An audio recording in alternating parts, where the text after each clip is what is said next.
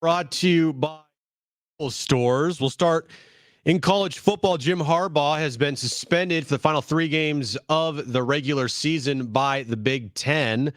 Moving over to college basketball tonight, Aztecs, they take on BYU in Provo, Utah. 5:30 is when our pregame coverage starts. 6 o'clock is when tip-off happens right here on San Diego Sports 760. And tomorrow afternoon, the Aztecs take on Colorado State on the road. 2 p.m. pregame, 4 p.m. kickoff right here on San Diego Sports 760. Staples holiday deals mean amazing savings for the holiday seasons. Right now, save 50% on custom holiday cards and invitations, as well as custom photo gifts like mugs, calendars. Offer ends 12/16. Visit staples.com/print for more details. Have yourself a merry little holiday deal at Staples.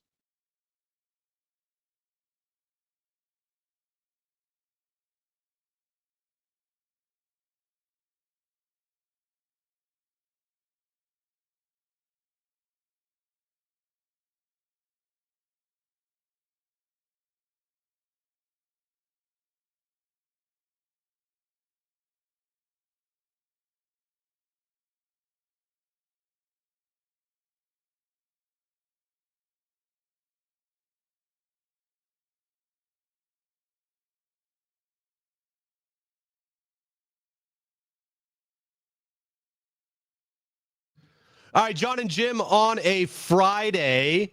You might thinking to yourself, wait a second. So Jon's not back. It's just Jim and Brent again. This sucks. Actually, Jon is back, but he's in Provo, Utah on the court. Well, not really on the court, but he's right on the court, sidelines. Well, he's stretching. He's warming up. Right, where he will be calling tonight's game, 6 p.m. tip-off, 5:30 is when our pregame coverage starts. Jon, how weird do you feel right now alone in an empty arena? A couple of things. It's good to be back with you, but I'm glad you're kind of leading the show. Because a couple of things. It's been a bit of an issue getting everything ready. Can I talk about Equipment Gate? I talk about Equipment Gate? Jon, it would not be a show on San Diego Sports 760 without Equipment Gate. Right. So here's what happened. So with radio equipment, like for our listeners, you got to keep the equipment with you. You can't check the equipment because you need to call a game. Gosh forbid they lose the equipment. Well, then you can't call the game. So you have to keep the equipment with you. That's like the rule of traveling. So I've got this equipment box with me, Jim, and I'm boarding the plane in like my normal like seating assignment. And they're like, hey, no more room for overhead luggage.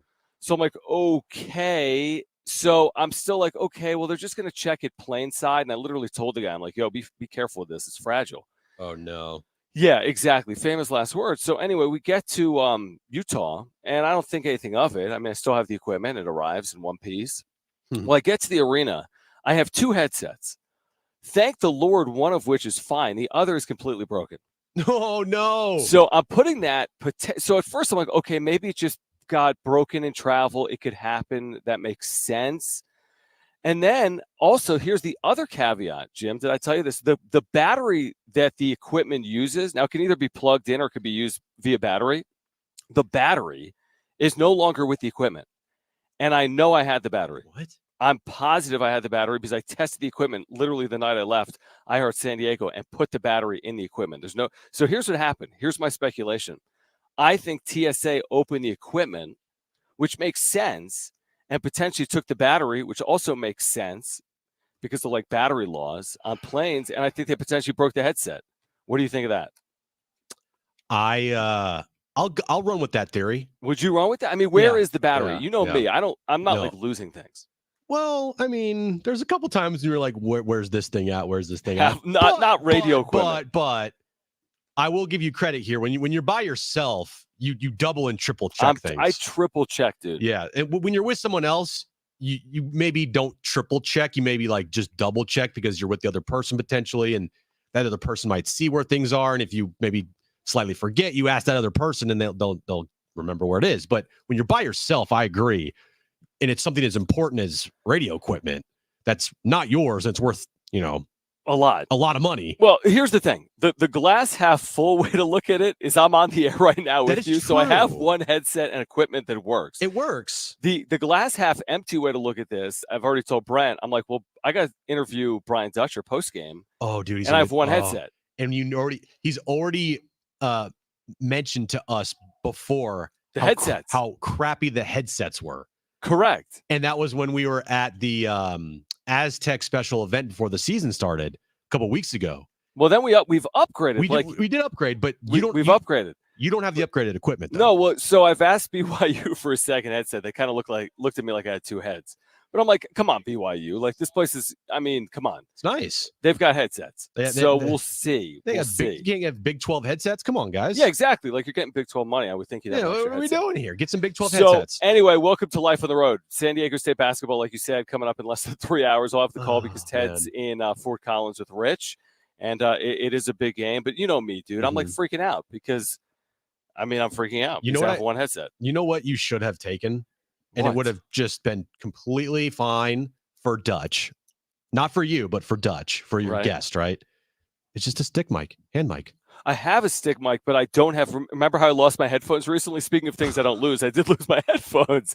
So if I would have had my headphones, though, I mean, you can just talk next to the person, right? It's fine. I can't. That's what I'm gonna do. It's just like just tell Dutch to speak up.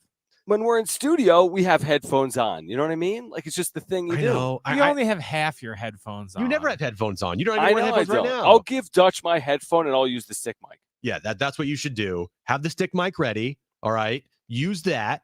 And when you do the player interviews after the game and then coach interview with Dutch on courtside. But okay, that's a plan. Yeah, I can get by. Yeah, okay. Did I but did you I know calm you down a little bit? I know you get flustered by the littlest things. But is that a little thing? It's not a little thing. It's not. No, I'm just saying in general. You get flustered by little things, and then it turns into your brain turns to mush. You completely forget everything, and you go into a panic attack. That's exactly right. Yeah. And I have a heart attack, I did and you 2 have to weeks go to ago. urgent care, and I'm sitting here by myself for 3 hours. But other than that, everything's good. Miss Lincoln, how's the play? It's all good. All right, what's been going on? What's been going on at Padre Land? What's been going on Jon and Jim? I feel so out of it. You haven't heard? Well, I have the internet. I'm in Utah. I do have the internet. Well, I mean, John, we are in what is it? Day? I don't even know what day is it? That's a good point. It's November 10th. But I am more or less looking at the exact timing of how long the Padres have been without a manager. Okay. And Bob Melvin was hired by the Giants. This is not good. I don't have it in front of me. Wasn't it a Tuesday, two or 3 Tuesdays ago? 3 Tuesdays. October 17th. Yeah. Okay. So that was about 2.5 weeks ago. Yeah, I think that's 17 days ago. Yeah. It's been about 2.5 weeks since the Padres have had a manager. And then today, obviously it's manager and Juan Soto. Juan Soto, manager. Right. Manager, Juan Soto. It's like interchangeable for the time being until we get some answers here, some resolution, until we get to the winter meetings, essentially when, I think moves will start to heat up and the hot stove will get hotter. But the Juan Soto stuff is interesting today because you got Alden Gonzalez, who we've had on the show before, write about Juan Soto's future today on ESPN.com, mentioning the rival executives believe that the Padres are going to trade Juan Soto. Okay, that we've heard that before. Sure. But then dropping right before the show, I thought this was interesting, and it's a very definitive statement, like very definitive. It's not like, oh, I think he could get traded. Like, oh, I would give it like a 75% he's going to get traded. No. Buster Olney was on the Michael Kay show in New York, and we all know the Yankees and Yankees fans want Juan Soto desperately. They need a left-handed bat, and they're looking over here at San Diego like, oh, Juan Soto? He went on Michael Kay show, and he said 100% Juan Soto will be traded this offseason. 100%, John. That's strong. To say something like that. A very high percentage. I will say this, though. Those that are in the know, are usually, and again, it's hard to be 100% right on this, but go back to what Ken Rosenthal said before Melvin and Preller split, and even when Preller said, hey, he's going to be back. And Rosenthal was pretty steadfast in saying, no, there's no way they can coexist. And then over the course of a period of time, like a week or two, we found out that they weren't going to coexist. So maybe, listen, the writing's on the wall, Jim. We've talked about it extensively. This is the fact. The fact is they need to lower payroll. The fact is they're not going to sign Juan Soto to a long-term deal. Those are two facts. Oh, yeah. They're not going to sign Juan Soto to a long-term deal. Their payroll will come down. So knowing all of that, do you want to take your chances with Soto for a year which is going to, handcuff you when it comes to your payroll, although you think he helps you win. But are you in a position where you're going to win a World Series in 2024? Or do you move them and put yourself in a better position potentially with your payroll and long term? I don't like the idea of moving them, but there's been a lot of smoke. And when I hear people like Buster Olney say that, and when you think about the facts, which is payroll coming down, which is Soto's only under contract for 1 year, it makes sense. So I thought about this today. Like, what team recently, if there was a team that either traded away or let their best player go that offseason and we're still in like a winning mode, like they didn't have to trade somebody because they're trying to rebuild, or they didn't re-sign somebody because they didn't have enough, they weren't a team looking to win next season. And I think the only team I can think of that has done that recently, Nationals, although it wasn't via trade, it was just free agent. It wasn't via trade. It was Bryce Harper. Yeah, that was a big name. It was a big name, and Bryce Harper, they decided not to sign him because they didn't want to give him the $300+ million. And instead, I don't know like the history of the Nationals and what they did that year, but or what they did in the offseason. Right. If they used that money elsewhere, but they ended up winning the World Series the following season. Yep. So it's not like this has not happened before where a team loses their best player, their best hitter, and the next year they don't win. The difference here, I think, is that if you lose Juan Soto, who is your best hitter, you're still not, I think, in a good position to potentially win next year and fill those holes, because who says that AJ Preller, even with the loss of Juan Soto to get you around, $170 million, can still find those pieces to fill those holes? And who thinks that the offense is still going to be good even without Juan Soto? Well, correct me if I'm wrong. When they lost Harper, they had Juan Soto. Now, he was a pup. They did, yeah. But they had Trey Turner, right? And they had a Rodon. Loaded rotation. They had a loaded rotation. Now, again, it wasn't some straight line title. They didn't get off to an amazing start. No. They weren't the best team in baseball. No. They had a good year after a slow start and then turned it on in the postseason. We know about Steven Strasburg's postseason and World Series. So maybe that's a comparable point. Yeah, they lost Harper. Maybe the Padres lose Soto. But maybe we have the benefit of hindsight on the Nationals in 2019. Nats 2019 doesn't necessarily scream Padres 2024, although there are some similarities, like the stars, like a Tatis or Machado, and then some pitching like a Darvish and a Musgrove. No, don't get me wrong. I am team. You traded for Juan Soto for 3 seasons, and to trade him before those 3 seasons are up is an absolute failure. You took your shot, big swing, and for at least 3 years, you try to win with Juan Soto. And if that doesn't happen and you don't win with Juan Soto, I can live with it, whatever the outcome is. But to trade him before those 3 years are up would, to me, just be a colossal failure. And the problem is they might have to do it anyway. But that's like, if it goes back to Preller's F things up. Like, if Preller didn't mess things up so badly, they wouldn't have to be sitting here this offseason thinking about trading Juan Soto. Like, think about that. It's like if this thing happened, then this wouldn't happen. If this thing happened, then this wouldn't happen. Watching Loki last night, you could like think about all the different scenarios. Like, oh, this happened, this happened. This cause and effect. And it's like this here. You caused by signing these players the effect. You have to potentially trade Juan Soto. But if you never did that, you never would have had to trade Juan Soto. So there's a whole lot of things here that upsets me, and it should upset Padres fans. And I feel like there's some Padres fans out there that are now trying to convince themselves that trading Juan Soto is a good thing, when I personally think it's not a good thing.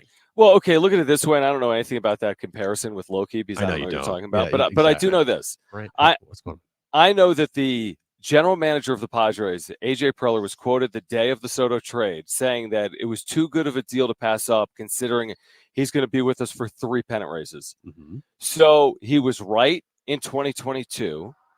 But they missed the mark wildly in 2023. And if you trade him prior to 2024, you're nowhere near what you said you were going to do, which is make the postseason 3 consecutive years and have Juan Soto as your lead horse to potentially bring a World Series to the city of San Diego. So I get it. Things change. It's sports.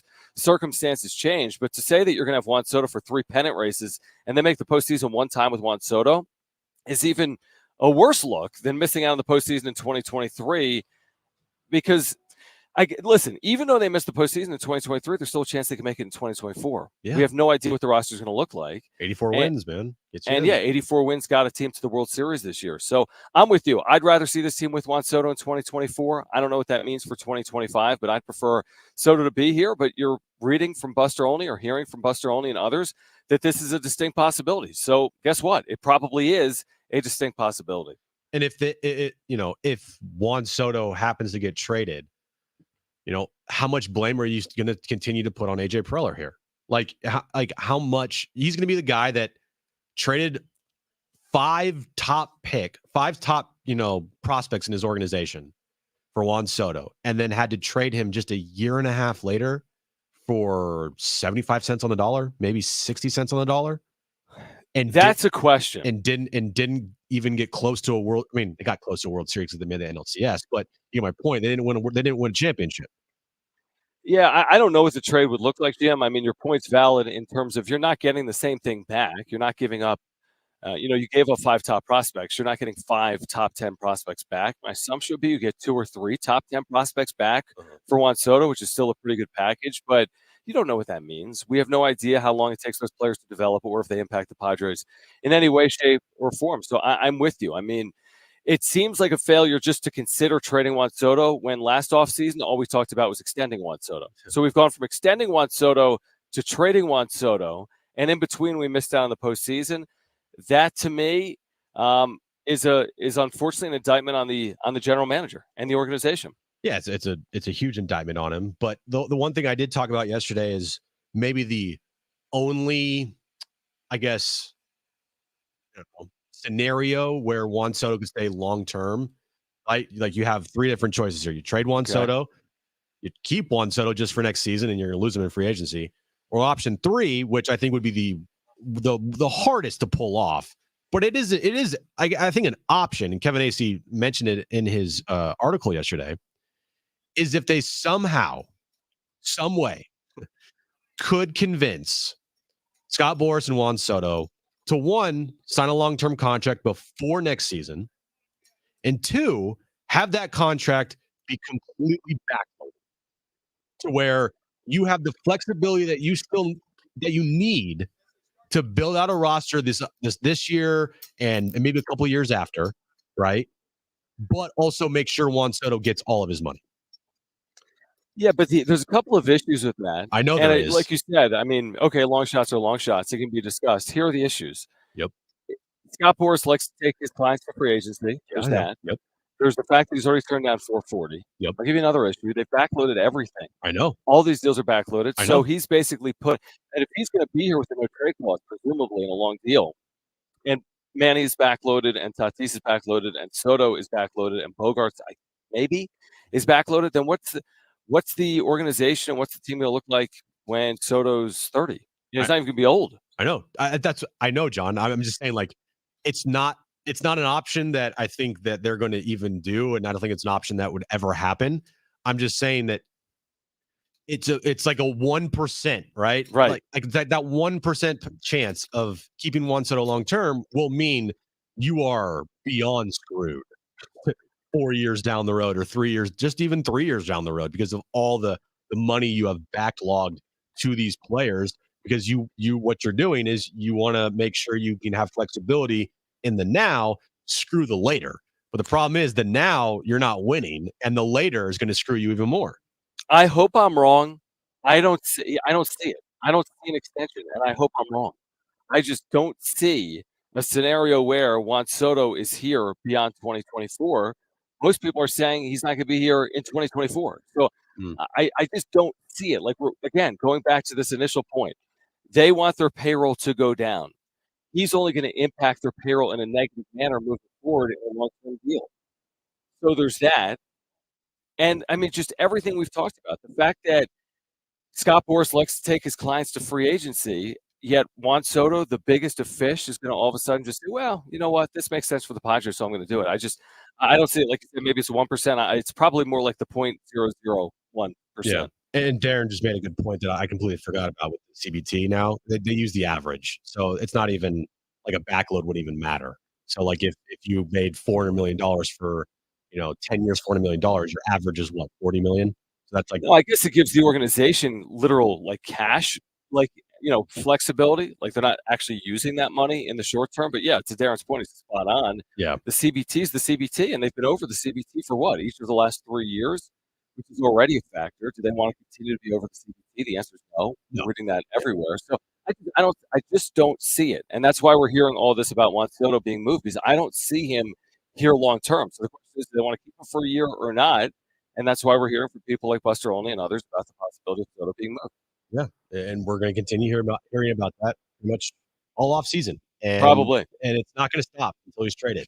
And when he's traded, the GM of this team has another notch on his resume that is another bad look. The Jim or the GM? The GM. Did I say GM? Okay. It sounded like GM, but I could go both ways. It'd be a bad look for you. It'd be a bad look for the GM too. It'd be a bad look for everybody, John. Yeah, me, it really would. the general manager, you, Brent, everybody. Bad look for everybody. Bad look for I agree. everybody. All right, so John's in Provo, Utah. He is Yes, I am. courtside right now. I've just realized, John, that my chair is very sticky. What? Yeah. Why? I am going to unleash hell on the morning show here, coming up the break.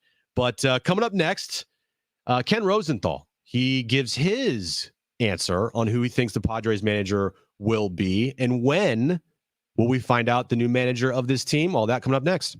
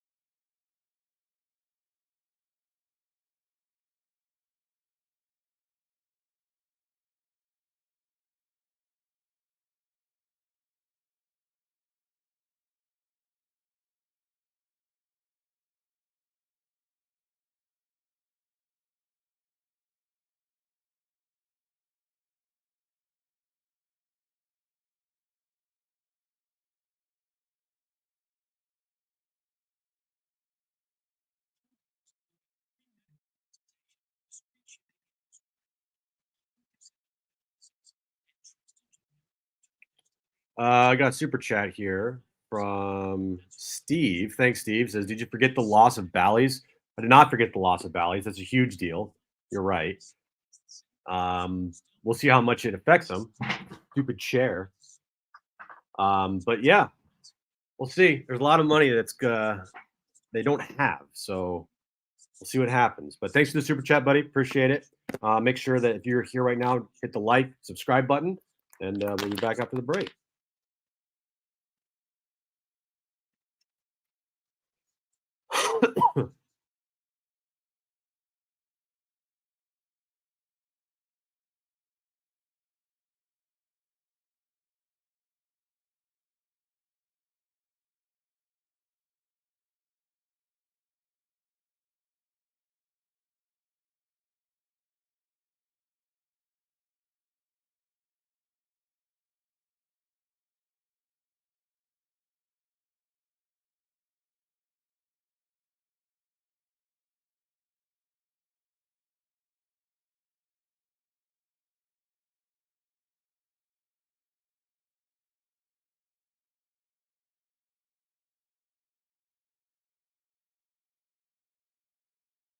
All right, coming up next, Ken Rosenthal gives his pick for the next Padres manager. You'll hear that coming up next.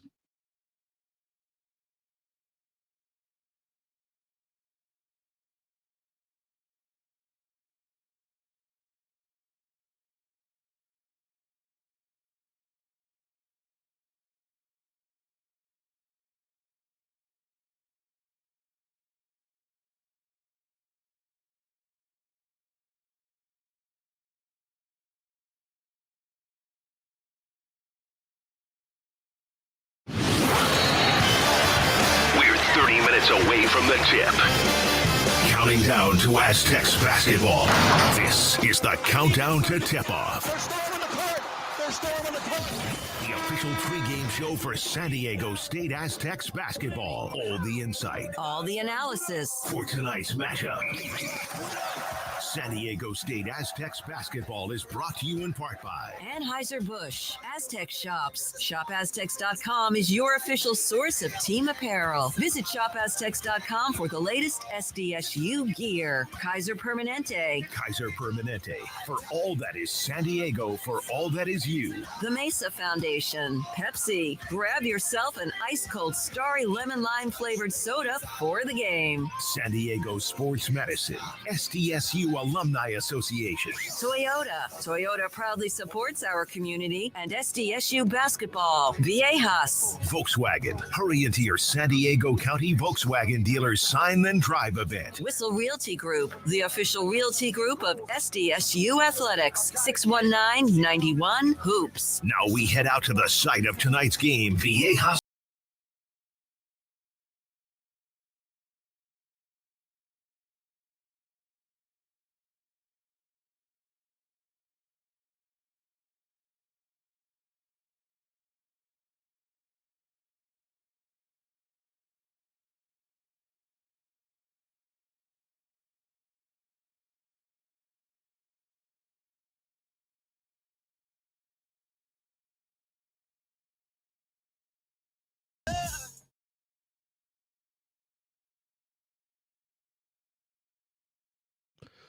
All right, this update is brought to you by Staples Stores. We'll start in college football. Breaking news today, Jim Harbaugh has been suspended for the final 3 games of the regular season for Michigan amid the sign-stealing scandal there. Moving over to college basketball tonight, Aztecs take on BYU in Provo, Utah. 6 p.m. tip-off. 5:30 is when our pregame coverage starts right here on San Diego Sports 760. And tomorrow, we got football action right here on San Diego Sports 760 with the Aztecs taking on Colorado State in Colorado State. 2 p.m. pregame, 4 p.m. kickoff. Staples holiday deals mean amazing savings for the holiday season. Right now, save 50% on custom holiday cards and invitations, as well as a custom photo gifts like mugs and calendars. Offer ends 12/16. Visit staples.com/print for more details. Have yourself a merry little holiday deal at Staples. All right, Jon and Jim back here on a Friday. It's a little role reversal since I'm in studio and Jon is in Provo, Utah to call the Aztecs BYU game tonight. He is joining us. So if you're wondering, like, does Jon come back? Is Jon still in Utah? Well, yes, he's still in Utah, but he's still on the show today. So that's good. Yeah, I'm still in Utah because the game hasn't happened. Yeah, I know that. I'm just saying that you're at least on the show today. At least I'm on the show today. Yeah. Like people well, were wondering about you yesterday. Like, where's Jon? Is he now sick? Is he gone? And no. I was traveling. So Okay, a couple of things. When you say San Diego State plays Colorado State in Colorado State, I is know, that because you don't know where Colorado State is? Colorado Springs, right? No, Fort Collins. Fort Collins. So that's why.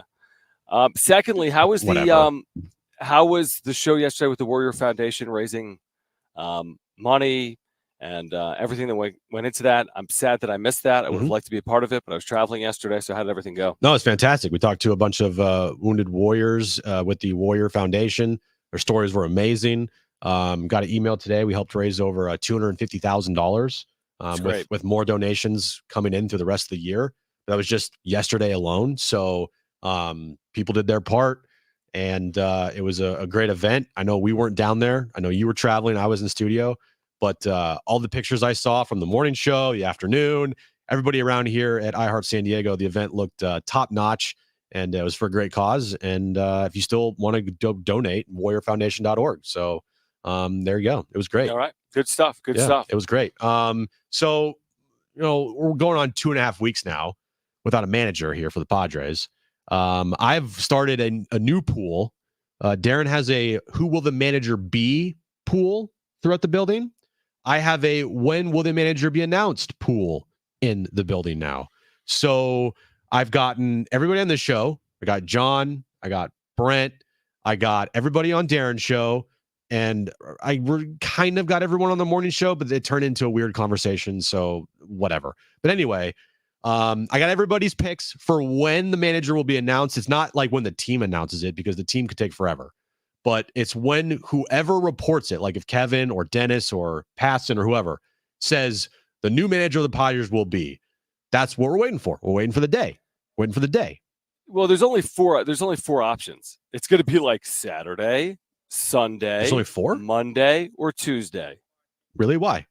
Because that's what AJ Preller said this past week. Plus, everyone is saying the exact same thing. And look around baseball when managers get hired, and they all get hired this time of year. So, I mean, there's no scenario where it's going to be like December 11th. Well, Brent took November 27th. So after Thanksgiving, no. They're going to take the holiday off. It's getting done. It's days away. It could be less than that. We could get word during today's show, potentially. But I mean, this isn't like who are they going to hire, where it's like this entire realm of possible candidates. This is like, is it going to be today or is it going to be tomorrow? Are you hating on my office pool now? Yes, because when you texted me yesterday, like, when do you think the Padres are going to make a hire? I'm like, Monday. And you're like, yeah, me too. I'm like, yes, because that's the only possible scenario. Really? I hope it's not Monday now. I hope it's like Sunday night, because no one picks Sunday. Yeah, but I mean, don't you think though, Jim? Actually, I mean, you're going to be surprised if it's like 25 days from now. Oh, absolutely. It will be within the next week. So that I believe that will be the next week. Okay. But still, everybody can pick different days. It's not like we just said times. That was a little too hard. I can't say. I mean, times are now we're going way too deep. I can't do times. Like 8 a.m. Is it Monday at 9:33 a.m.? Yeah, that's when the tweet goes out. Even though Preller would announce at like 6:42 a.m. Oh yeah, it would be so I would early. Sleep through it, and you'd be texting me like, "You're such an idiot." Yeah. But yeah, now we're waiting for when the manager will be hired. And Ken Rosenthal, he chimed in today, and here's his picks for who the manager he thinks is going to be for the Padres. Yes, there are 3 jobs left. So I guess you want me to go through those teams. I'll do my best. With the Padres, it certainly seems it's going down to Ryan Flaherty, who's been on their staff, and Mike Schilt, who also has been on their staff, the former Cardinals manager. AJ Preller at the GM meetings basically said he wants someone that he knows from working with in the past recent times. He wants someone he has worked with. He thinks that's best. He had Bob Melvin, hadn't worked with him before. He had Jace Tingler, had not worked with him before. Andy Green, the same. And those didn't work out for him. So now his thinking is, all right, let's get a guy that I'm familiar with, that I'm comfortable with. And my guess would be that it will be Flaherty, but I don't know that for sure. Okay. Well, one thing, didn't AJ Preller work with Jace Tingler in Texas? Oh, whoa, it's dark there. Oh no. Yeah, they're testing the Oh, perfect. Like starting lineups. Do you hear that? Hold on, let me turn this up for a second. Hold on. Let me turn this up. Yes. Blast this. Blast it, baby. If Do you want to know what's going on right now? Turn to YouTube. Go to YouTube, Jon and Jim 760 on YouTube. You can watch. So this is what the starting lineups are going to look like or sound like tonight in Provo. Perfect. I love it. Little atmosphere going on. Jump around. Jump around. It looks cool there. If you're wondering what the hell just happened, just go to our YouTube page. Watch us there, and you can see Jon. He looks very looks like you're in a club right now. I am. Oh, there we go. Lights are back. Whoa. Lights are back. Very bright, but looked like you were in a club for a second. That was awesome. All right. So Ken What were Rosenthal we talking says about? that Ken Rosenthal thinks that Flaherty is the pick. That's his speculation, his guess, not Schilt. If it is Flaherty, not Schilt, the reason will be what? The organization's reasoning to go with Ryan Flaherty as opposed to Mike Schilt will be like finish that sentence. I don't know. Ryan Flaherty's a better fit than Mike Schilt because his relationships with Manny Machado, his age, the fact he's been in the on the coaching staff, in the clubhouse, in the dugout for the last couple of years, and Mike Schilt hasn't. So his relationships potentially with the team, like how are they selling Ryan Flaherty? I don't know. By the way, I was saying that Tingler and Preller did work together in Texas. So when Ken said that he's never hired somebody he's previously worked with, I want to say Tingler worked with Preller in Texas, right? Oh, they must have. Yeah, absolutely. Yeah. Weren't they best friends in baseball? They had to work together. Oh, here we go. Let's go, baby. Oh my gosh. What were they? I told you that's why I wanted you to lead the show. I'm like, Well- this is going to get weird. No, I love it. What were they doing there? What was that? They're doing the like Cougar Nation. Like get Let's loud? get ready. Oh, okay. Cougar Nation. Do you remember this? This is actually scary. Real quick, here's the segue. I was here 2 When years the ago. mascot got hurt. Yes, exactly. 2 years ago, I was here and I was like getting ready for the show or getting ready for the broadcast because Ted had football that weekend as well. I've been here the last 3 trips because of the football overlap. And they were practicing like this, like, what were they even doing, Brent? I think the mascot was on skates and he was racing down the floor. They were What? like using a bungee cord to make him go really fast. And then there was a ramp and he like flew into the backboard. And they like slingshotted him off. Yeah, they the thing. slingshot him into the backboard and like his head fell off and there was blood everywhere. So, and then they had like a backup cougar. Nation! I think they had a backup cougar that night because I think they took him over to the hospital. So the primary cougar got injured and then they had a backup cougar? Yeah. The cougar does some crazy things. Dude, it is crazy where Jon is right now. You get the lights happening. You're like in dark. This is awesome. I just want to watch you on our YouTube stream in Provo. Check us out. Yeah, check us out. Great conversation about Ryan Flaherty. I don't know, Jon. Like, it's very hard for me to concentrate right now with watching you and then listening to you. To what's happening in the background right now. What is happening? Dude, I will say this. It's you can't hear me anyway. And our conversation has changed. Yeah, But this building, like Viejas Arena, you were there on Monday night. Like that building gets really loud. That was an amazing atmosphere. This is the same thing, but they got 18,000 seats. Viejas has 12. This will be filled. This will be sold out tonight. Defending national runner-ups are here. This is a really good rivalry. Like it's going to be super loud, louder than what we're experiencing right now in Jon and Jim tonight here in Provo. All right. Well, we'll Good segment. Great segment. Well, we'll probably talk about that coming up. Not have the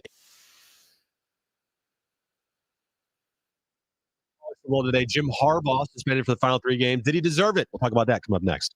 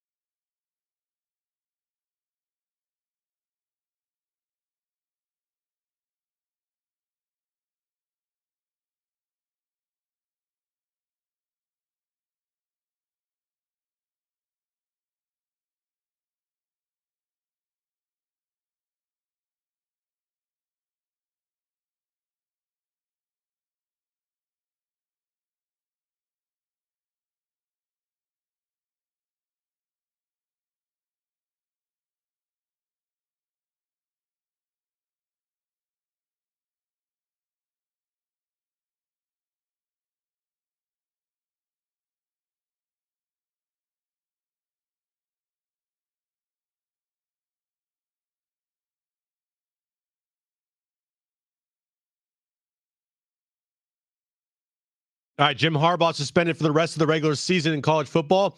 Did he deserve it? We'll talk about that coming up next.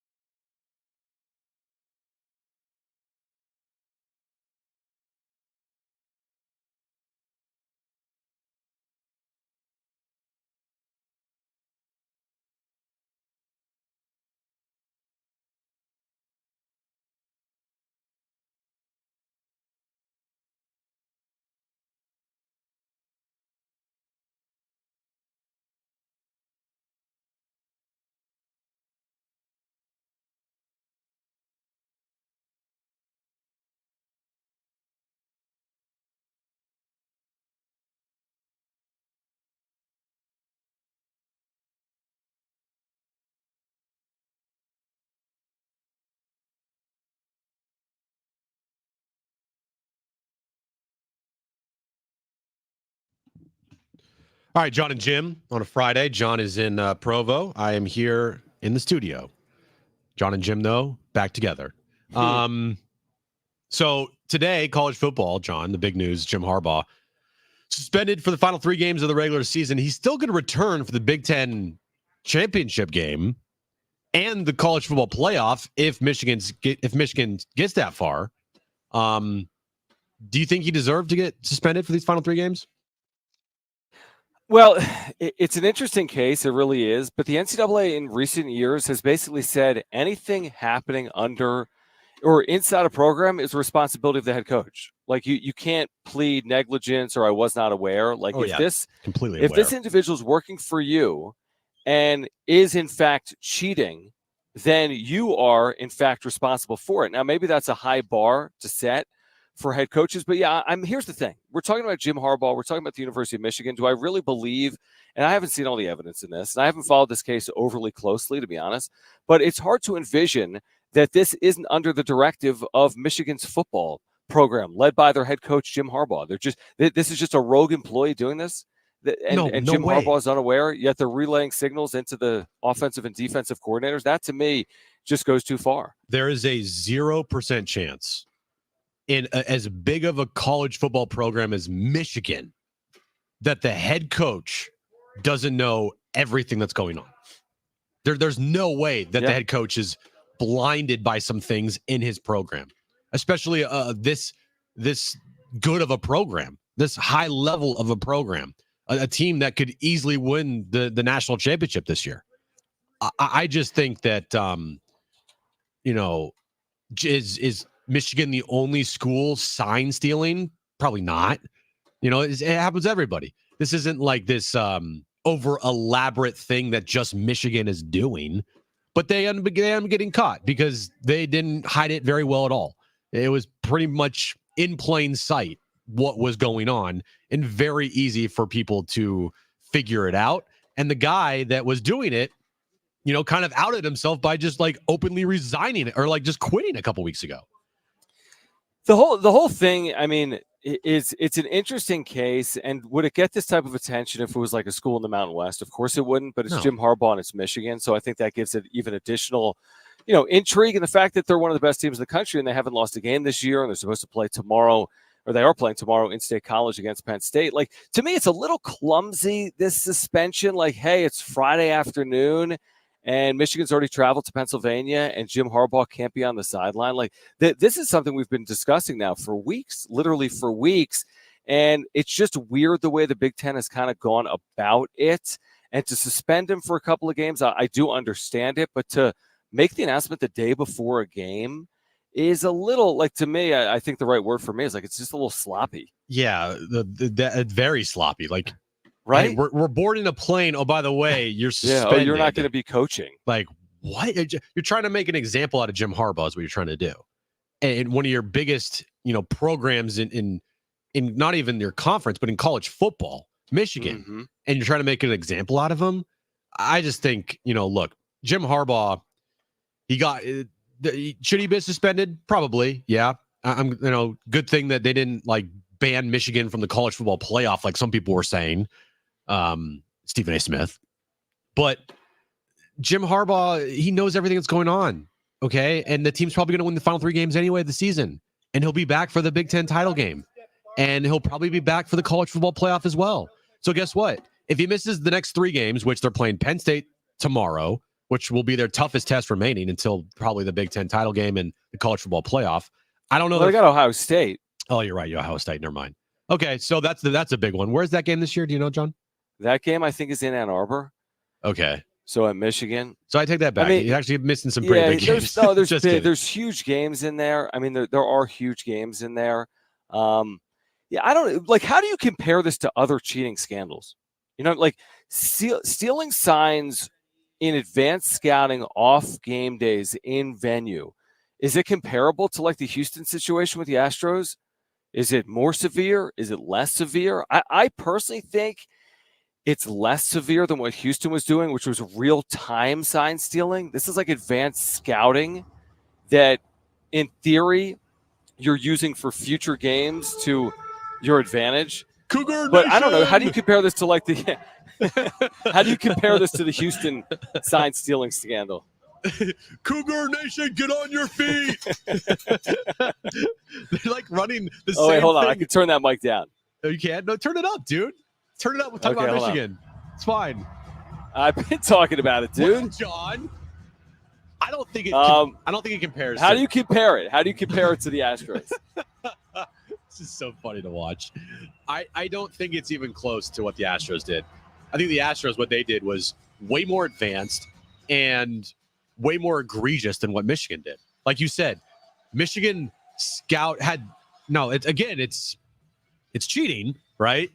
But stealing signs, I linked this the other day, is in baseball, when you're on second base, and they don't have it anymore because of pitch comp. But before it was like, all right, I'm going to try to steal a sign here and try to relay to my hitter what's being thrown. That's totally that's on the pitchers to make sure that your signs are good enough so they're not to be able to steal, right? When a batter's at the plate and he sees a pitcher tipping, is the batter going to tell the pitcher, hey, bro, you're tipping. I don't want you to like do that anymore because I have an advantage over you. The Michigan thing, it's cheating.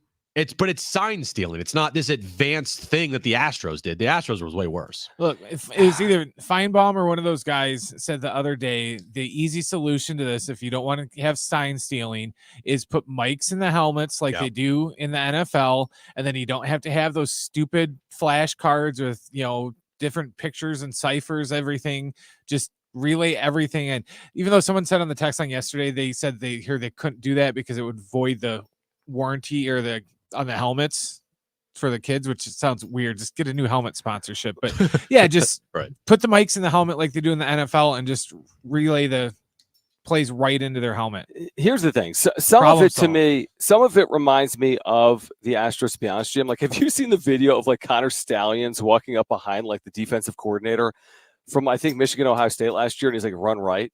And then Ohio State runs right. Yeah.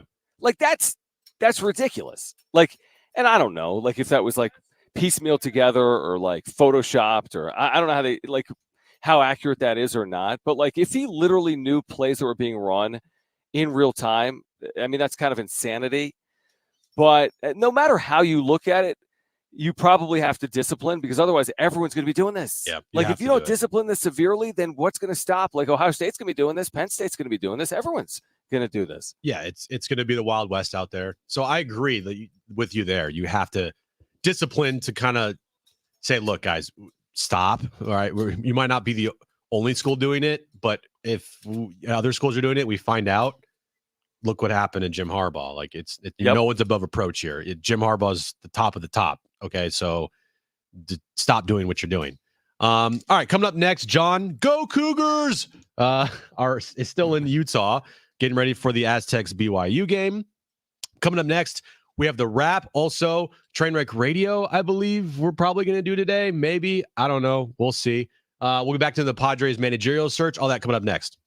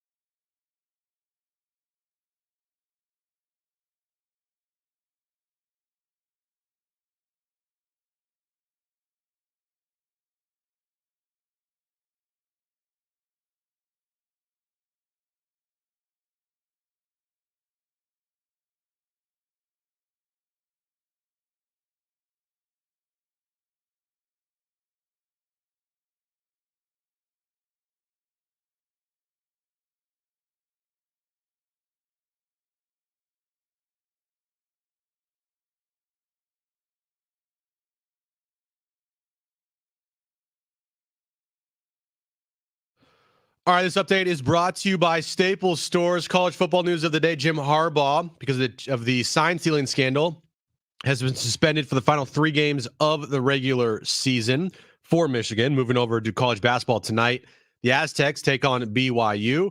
6 p.m. tip-off, 5:30 is when our pregame coverage starts right here on San Diego Sports 760. And tomorrow afternoon, San Diego State plays Colorado State, 4 p.m. kickoff. 2 p.m. is when our pregame coverage starts. Staples holiday deals mean amazing savings for the holiday season. Right now, save 50% on custom holiday cards and invitations, as well as custom photo gifts like mugs and calendars. Offer ends 12/16. Visit staples.com/print for more details. Have yourself a merry little holiday deal at Staples.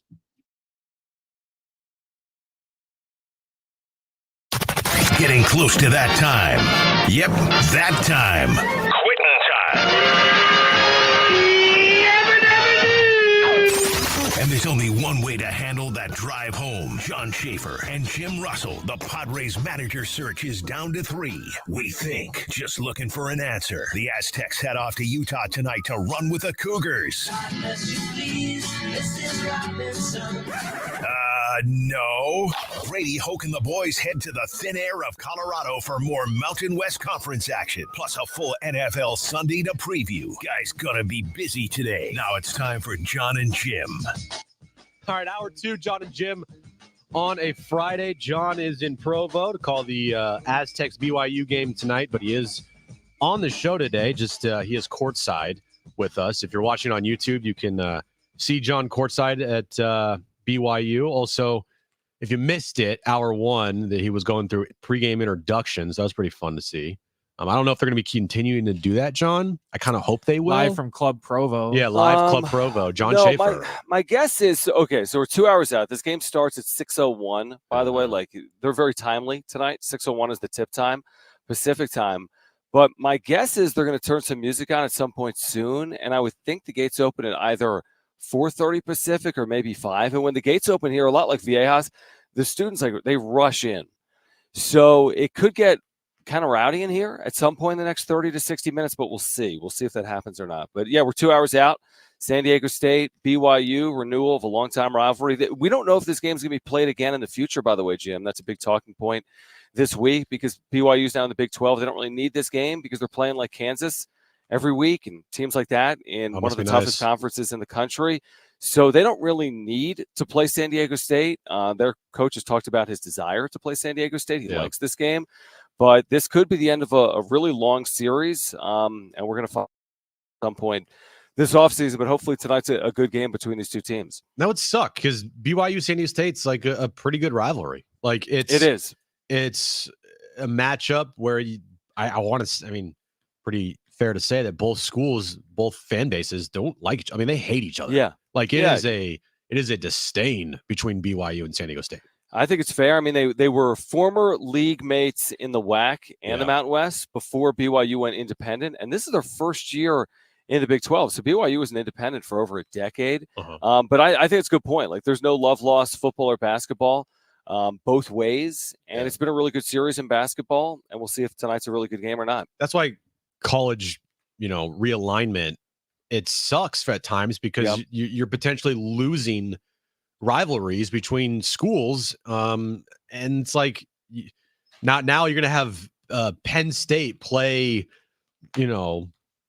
Washington. You're like, what, for the next however many years? It just doesn't. It's just weird. Like, it just doesn't make sense. Like a USC versus Rutgers. Like, what? Like, okay, right. What's weird, the weirdest part about it is, like, okay, you've got Washington playing Penn State, but you don't have Washington playing Washington State. No, it's down the road. That's or like stupid. For a long time, you had BYU and Utah not in the same league. Now they're both going to be in the Big 12. You're right. I mean, conference realignment has its pros and its cons. A lot of people see it more as cons than pros. And yeah, one of the casualties potentially of recent college realignment could be San Diego State BYU basketball, with the last scheduled game coming up tonight here in Provo. Yeah, and Dutch, remember his passionate rant with Doug Gottlieb earlier this year? When we were in Vegas? It was about a month ago, maybe a little less than that. And it was basically look, college football is driving the realignment talk, and it's hurting every other sport, and it's hurting basketball. Like, because basketball, they don't have a say in this. They're not driving realignment talk. football is driving realignment. If you want to do realignment, then just do it for football. Don't hurt the other programs at your school because the football team is driving all this and they just want all the money for themselves. Yeah, that's a great point. I mean, Dutch has made that point. Others have as well. Is there going to be a point in the future where football breaks away from the other sports and you let like USC and UCLA play programs like San Diego State and Stanford and Cal, or will everything be predicated by football? I mean, football drives the bus. We get it. It's where the money is. It's where the revenue is. But it's a good point. Just because football creates revenue, does that mean that a field hockey team needs to travel across the country just to play field hockey or lacrosse or tennis? It's a good point that I don't know if there's an easy solution on it, and I don't know if anything will come of it. But you'd like to think that in the future something comes of it, because a lot of it doesn't make a lot of sense. No, it doesn't make any sense. But it's the only thing that does make sense in realignment is the money, John. The money is the only thing that makes sense. No doubt. All right, Brent, let's get to it. Oh,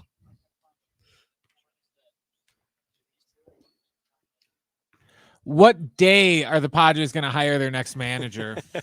what day they're going to hire the next manager? It's going to be Monday the 13th. I'm going with Monday the 13th. John, what do you got? Okay, not only will it be Monday the 13th, I will give you a specific time frame, like when a mattress is going to arrive at your house. They say like between 9 and noon. John's Cable Company. Yeah, between 9 a.m. and noon Pacific, the Padres will announce their next manager, or we're going to get reports of it from like a Dennis Lin, like you said. Between 9 a.m. and noon on Monday, we will know who the next manager of the Padres is. Now, I could be wrong. That's just my guess. But I just think Monday, it's almost like too easy. It's going to be at some point in the next 2 or 3 days. I want to be more specific. I'm going to say 9:33 a.m. on Monday is when we get the first tweet. I'll say 7:34 a.m. on Monday, John. Yeah, could be early. You're right. Yeah. Usually news is early. I'll go early here because I know Preller, and he loves to do things early in the morning. So you're going $1, like Price is Right? I'll go $1 on this one. I'll go $1 on this one. What do you say, Brent? Brent says November 27th. Yep. They're going to take Thanksgiving off. He's like, they're going through Thanksgiving. I love it. Screw it. They're rich. They're going to go to the Bahamas or something for Thanksgiving. They're not going to go to grandma's house. So they're going to take a whole week off. Preller's going to scout some more 15-year-old kids. Yeah, it'll be Thanksgiving in Puerto Rico. It'll be like, oh, no, I'm scouting. I'm scouting, guys. Scouting. Next question, Brent. Guys, should Jim Harbaugh just go to the NFL already? I mean, if they win. Didn't he already do that? He did do that, but like go back to the NFL. Oh. Look, he's got a job waiting for him. I feel like, and that's the Raiders. If Mark Davis doesn't go all in for Jim Harbaugh, I don't know what he's going to do there. I think Jim Harbaugh that would be the one. That would be a place I think he would seriously consider going. Honestly. Didn't you read? Did you see this? It was Pro Football Focus. No, excuse me. Pro Football Talk within the last 7 days. And there was an article from Florio that essentially said the NFL will not be a safe harbor for Jim Harbaugh. He will not be able to escape like others have before, including like a Pete Carroll, and just be off to the sunset for the National Football League. Like there'll be repercussions before he's able to do that. I don't buy that. I think the NFL would hire him in a heartbeat. And I agree. I mean, he's had a lot of success here recently with Michigan, and he's had success in the NFL. So I agree with you. I think he could end up in the NFL. I don't know if he will, though. It seems like Michigan, to some extent, it felt like Michigan was going to be his last spot. He's really winning at a high level. Now, this has maybe changed his plans. But, I mean, what's going to happen here? So the Big Ten's going to suspend him. Are there going to be, like, sanctions related to this scandal? Like, maybe. How far-reaching is this scandal going to be? Like, is this going to be a 10-year issue for Jim Harbaugh, or is it going to be a 3-week issue? That's a good point. After the suspension, are they just done, or they can continue to investigate this more? Yeah, like, what's next? So if it's NCAA getting involved? Yeah, so then all of a sudden you're going to suspend him for what? A full year next? Like, if that's the case, if this thing isn't over now, like if this thing isn't done, 3-game suspension, that's all we're doing, then I think Jim Harbaugh should seriously look to go maybe to the NFL. Okay. Next question. Who's the most important player for tonight's game for the Aztecs? John, you go first on this one. Oh, man, that's a really tough question. I don't know about the status of Darian Trammell, and he hasn't played yet this year, so I wouldn't think he'd get a lot of minutes, especially at elevation. You know who I'm going to say, Jim? It's not like it's like going out on a limb. But a lot of people have been saying Jaden Ledee. I'm going to say Lamont Butler, and let me explain why.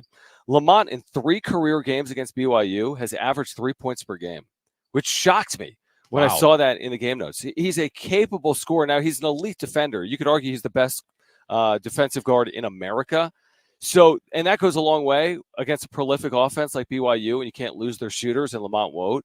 So I say Lamont with his defense abilities against those shooters, and also because I think he's going to need to score a little bit for the Aztecs to win here tonight. So let's see if Lamont can go for, nothing crazy, but 12, 14, or 16, play his elite defense and find a way to help San Diego State win tonight on the road. I'm going to go with Elijah Saunders. Oh, wow. Because one, he got into foul trouble on Monday night and didn't really play much in the first half. I think he played like maybe 5 minutes in the first half, and he started that game. And it kind of thinned them out for the rest of the first half. And you saw it was a close game at halftime, and then, kept the foul trouble, under control in the second half, and they blew them out by 20. So I think, one, the foul trouble for the team is important, but for him to make sure that he doesn't get into foul trouble like he did, so that the depth of this team doesn't get thinned out for the first half at least, and the second half too, it's going to be very key, because I thought he played really well on Monday night. And I think he's just continuing to grow. So I'll say Elijah Saunders. I'll just throw that out there. Yeah, I like that pick. By the way, real quick before we move on, Parrish also 2 fouls in the first 3 minutes on Monday. To your point, they don't have the same depth. You wouldn't think, at least to start the year, that they had last year with all those veteran returnees. They might build that depth. But yeah, you got to stay out of foul trouble, especially the first half tonight. It's a good point. Yeah, and when you're on the road, it's going to be raucous crowd. You're still dealing with guys that are finding out their roles on the team. You're going to need to have your starter step up, and so the foul trouble here is, definitely a concern. All right, final question, Brent. Is Sunday a must-win for the Niners in Jacksonville? Yeah, dude, they can't lose 4 in a row. Now Jacksonville's a good team. Like, they're a really good team. They're 6-2. They're one of the best teams in the AFC. One of the best teams in all of football. And it's on the road, 10 a.m. start time, Pacific time.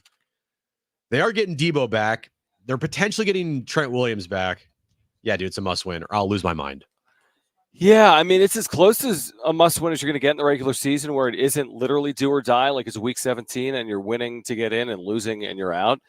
But, are you really getting to the Super Bowl if you're the Niners, if you lose 4 consecutive games in the regular season? When's the last team to appear in a Super Bowl that had 4 consecutive losses in a regular season? That's a lot.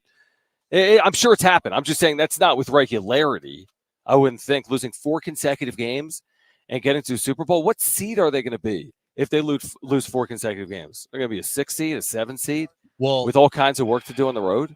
Well, here's the thing. I mean, right now they're the 3 seed because Seattle lost, so they're the leading. They're the first place team in the NFC West, so they're the 3 seed. The 2 seed in the NFC is the Lions, and then the Eagles are obviously the 1 seed. Yeah, but if they lose, they are 5-4, right? Correct. Now, so they at that point they're the 4 seed potentially.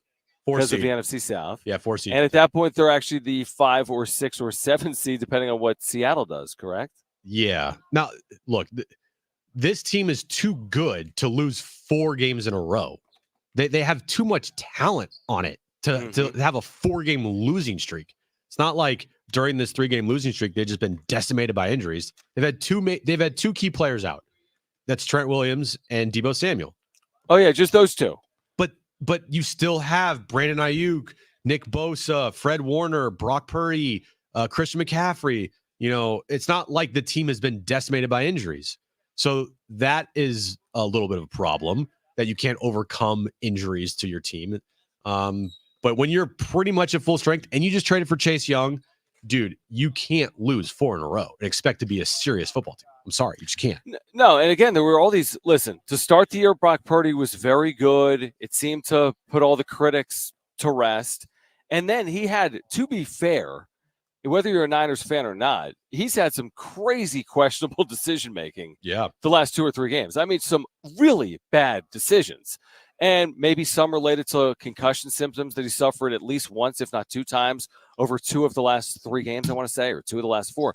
So, Brock Purdy's got to quiet critics by going out there and outplaying a Trevor Lawrence and winning on the road in a game against a team that's been very good like Jacksonville. Like this is one of those games. If you want to separate yourself, I'm not saying Brock Purdy needs to prove he's the best quarterback in the NFL, but to prove you're like a top 12 caliber quarterback in the NFL, you need to go out and you need to kind of put a game on your shoulders and you need to find a way to win. And that's what Purdy, I think, at some point is going to need to do. I agree with you. You know, the Browns game was a really bad game for him, but he had the final drive, gave the kicker a 40-yard field goal that he should have made, and the kicker missed it. The kicker makes that. Everyone's like, Brock Purdy, fourth quarter game-winning drive. The Vikings game, he was playing phenomenal. He was playing amazing. Got a concussion. The next, I think, 5 throws were interceptions.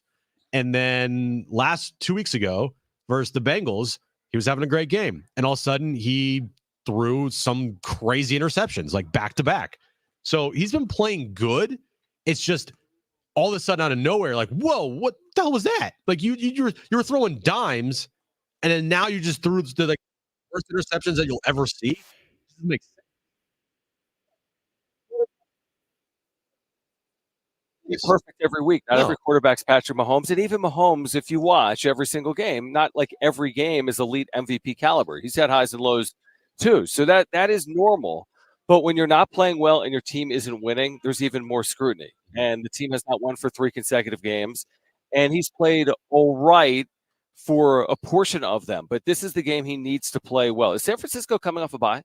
They are, yeah. So is Jacksonville. Yeah, dude, I mean, okay, so that's fair. So maybe it cancels each other out. But like from a San Francisco's perspective, you need to play good football. Yep. They have to find a way to win this football game. And I think otherwise it's going to be skies falling stuff. Like if you don't win Sunday, it's sky is falling. What on earth has happened to the San Francisco 49ers? Yep. And people forget, because it's a different standard with the 49ers because quarterback play is viewed differently there, obviously for right reasons. Why? They had a couple quarterbacks that were pretty good there. Oh, you're talking about like Kaepernick? And who else did they have? Oh, who just took him to the Super Bowl recently? Jimmy G. No, not Jimmy G. They've had Jimmy G and Kaepernick have both taken them to Super Bowls. Sean Hill. That's the guy I was thinking of. Oh. Anyway. Oh, they also have Montana and Young. Oh, yeah, those guys were good. This is what Brock Purdy's 13th start in the NFL. I mean, he's still a very young quarterback. He's not given any time to develop because he's a 49ers QB, and they're expected to win right now. So he's got to go out there and be like a top 12 quarterback in the league. When you're asking a guy making his 13th start to do that, it's kind of tough. Like, hey, he's got the pieces. You know this. Yeah, I know. Having watched the Niners, you know kind of what is expected of Niners quarterbacks in recent history, where you have got really good defenses and you have skill around you, and you don't have to go win games. Just don't go lose them. Mm-hmm.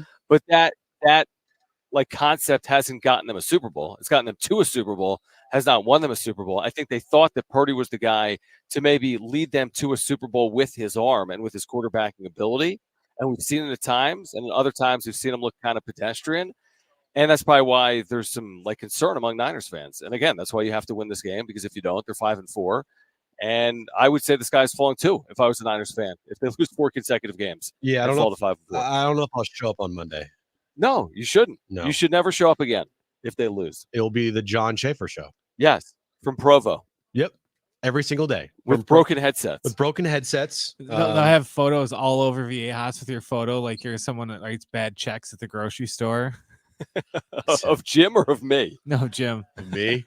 Don't let this man into the building.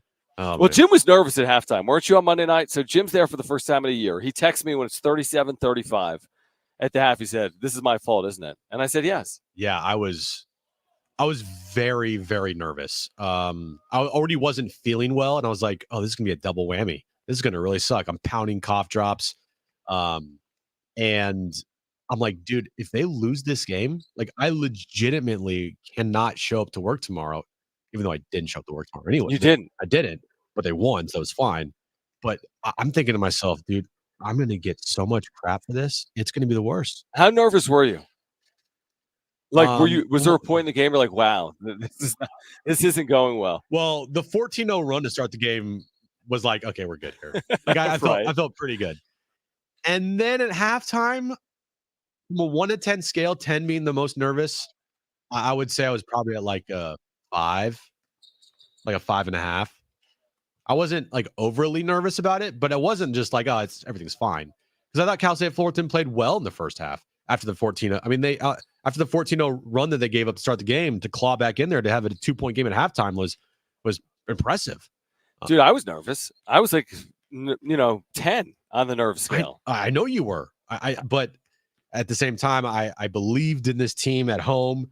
And knowing in the second half, all right, Saunders is going to get back out there. Parrish is going to play more, and Parrish played a great second half. They played great defense in the second half there as well, outscoring them by 20. So yeah, I was about a 5.5. I was kind of nervous, but also I was kind of delusional because I was pounding cough drops, so I wasn't feeling myself. See, tonight, though, we could talk more about it on the other side if you want. Like, tonight's a little different. Like, tonight isn't Cal State Fullerton at home, which means, like, against Fullerton at home, like, you have to hold serve. You cannot slip up there. Where when you're at BYU, this is an opportunity. Now, make no mistake, I'm not saying, well, you can afford to lose the game. Like, this is a great opportunity if you win the game. It's just not, like, to our point about, like, do the Niners face a must-win game? Like, this isn't a must-win game. This is the whole thing with college basketball. You schedule up, you put yourself in a position to play quality opponents. And if you can knock a few of them off, you're building a resume. And if you don't, you're not really hurting your resume. Right. And, we'll talk about it coming up on the other side as well, but just how hard it is to play at BYU. Very hard for the Aztecs. Their record there speaks for itself. It doesn't matter how good this team is. It just, for some reason, it's tough to play there. It's just really tough to play there. All right, coming up next, we'll dive more into this game. San Diego State takes on BYU tonight at 6 p.m. 5:30 is when our pregame coverage starts. Stay right here. It's Jon and Jim.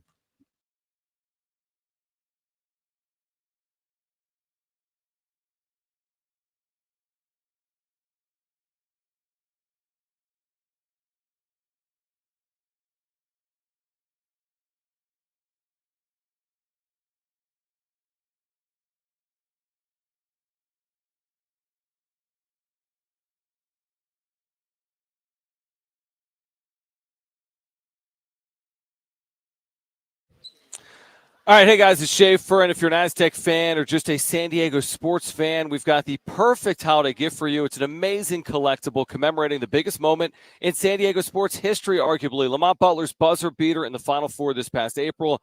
I'm courtside right now at BYU. I got chills right now just thinking about where I was the moment that went in, courtside in Houston for that incredible moment. Check it out for yourself right now, butleratthebuzzer.com. You can go there right now, write it down, butleratthebuzzer.com. This is your opportunity to relive this historic moment with this limited edition collectible benefiting Lamont Butler's NIL efforts and the Aztec Link Collective that benefits San Diego State student athletes. Each print is signed by Lamont Butler, authenticated and numbered, and there are just dozens of these remaining. Best of all, you're supporting San Diego State student athletes. Visit butleratthebuzzer.com to see these beautiful collectibles for yourself. Once they're gone, they're gone. There's one run of these. This is the perfect holiday gift that supports San Diego State student athletes. Visit butleratthebuzzer.com.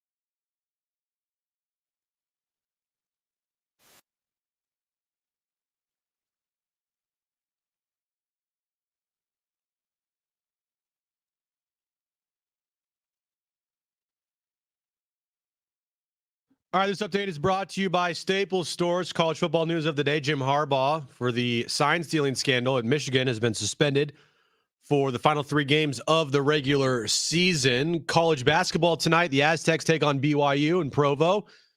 6 p.m. tip-off. 6:01, tip-off.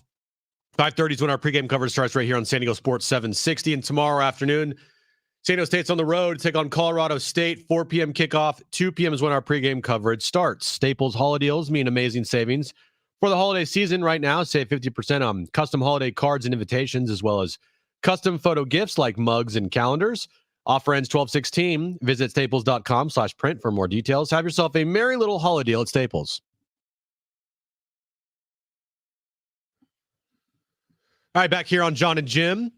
I am here in studio. Jon is courtside in Provo, calling the Aztecs BYU game tonight. 6:01 scheduled tip-off time. 5:30 is when our pregame coverage starts right here on San Diego Sports 760. And we were just talking about the keys to tonight's games and you know, the player that is most important and how hard it is to win in Provo for the Aztecs against BYU. But Jon, if San Diego State wins tonight, when they're 4-30 all time against BYU, how much confidence would that give you, and should it give Aztecs fans going into the rest of the season about how good this team could potentially be? Okay, so it would remind me, Jim, of what happened here in 2019, because I want to say it was San Diego State's second or third game.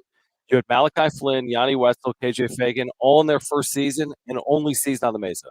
You called that game, right? I called that game, yeah. And now we have the national anthem playing in the background. But not, it's just like a fake national anthem. This is great. Like the preview national anthem. They're just testing the national anthem. But yeah, I called that game. And when they won that game, and it took everything to win that game, and it was Jordan Shackle hitting threes in the second half and KJ Fagan hitting threes in the second half. When they won that game, you knew that San Diego State was better than good, and they had a chance to be great. And of course, they started 26-0. After winning at BYU. Now, 2 years ago, they came here and they lost 66-60, and they were still a very good team. And they were in the NCAA tournament, and I forget what seed they would have been that year. But this was 2 years ago. So would that have been the team that lost to Creighton? Yeah. Yeah, the team that lost so they were an 8 seed. That's a pretty good team. Yeah. By the way, I should move my camera to see. Look at this. Let me see. See if you can see this. Hold Look on. at this, Jim. Fans are already getting in. Look at the students. Wow. Was it 4:30? Okay, so yeah, so students kind of float. They just opened what the is gates it, for the general students. admission or first come Yeah, first students serve? is exactly. Students first come first serve. That makes sense then. interesting. So they're flooding in. That's how the show was on Monday night. No doubt. No I mean, doubt. the show was full with about 45 minutes till tip off. It was crazy. Yes. Yep. So anyway, maybe more than that. Anyway. Long way to answer your question. It would. I mean, if they can win tonight in Provo, you're thinking San Diego State has a chance to once again have a special season. But I would say this: even if they lose tonight in Provo, it doesn't prevent them from having a special season. That's the thing about college basketball. This might take time with this roster, all these newcomers. But man, if they win tonight, Jim, off what they did last year, you know, the excitement's only going up for San Diego State basketball fans. No, yeah, I agree with that. You know, early in the season is not really the time that San Diego State Dutch-led teams like. It takes them a while, and they always excel towards the end of the year. They play their best basketball at the end of the season. That is the motto of San Diego State. I thought they played really well on Monday night, especially in that second half. Their defense looked fantastic to start the game. 14-0 run. I mean, Cal State Fullerton didn't score a bucket until about 6 minutes into the game. Like, that's really good. That's very good.